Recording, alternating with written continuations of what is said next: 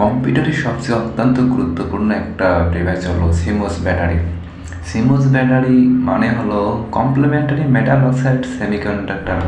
এই CMOS battery কম্পিউটারে যাবতীয় তথ্য সংরক্ষণ করে রাখে। সিমোস ব্যাটারিকে এটাকে আরটিসি বা real time clock, NV RAM বা নন ব্লাডেড র্যাম বা সিমোস র্যাম বলা যায়।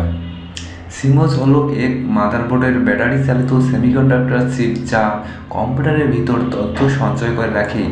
কম্পিউটারের জন্য সিস্টেমের সময় এবং তারিখ থেকে সিস্টেম হার্ডওয়্যার সেটিং পর্যন্ত সংরক্ষণ করে রাখে। যদি কোনো কারণবশত বায়োস সেফটির জন্য সুপারভাইজার পাসওয়ার্ড বা ইউজার পাসওয়ার্ড দেওয়া হয়, দীর্ঘদিন পর যদি পাসওয়ার্ড মনে না থাকে তাহলে বায়োসে প্রবেশ করা যাবে না। এই সেটিংয়ে পাসওয়ার্ড সংরক্ষণ করে সিমোস ব্যাটারি।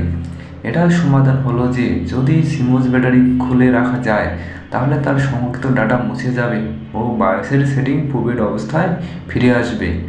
মটোরোলা কোম্পানি 14681 চিপটি প্রথম RTC and CMOS RAM chip হিসাবে ব্যবহার করে, যা আইবিএম কম্পিউটারের জন্য ব্যবহার করেছিল, যা মোট 64 বাইট ডাটা সংরক্ষণ করে।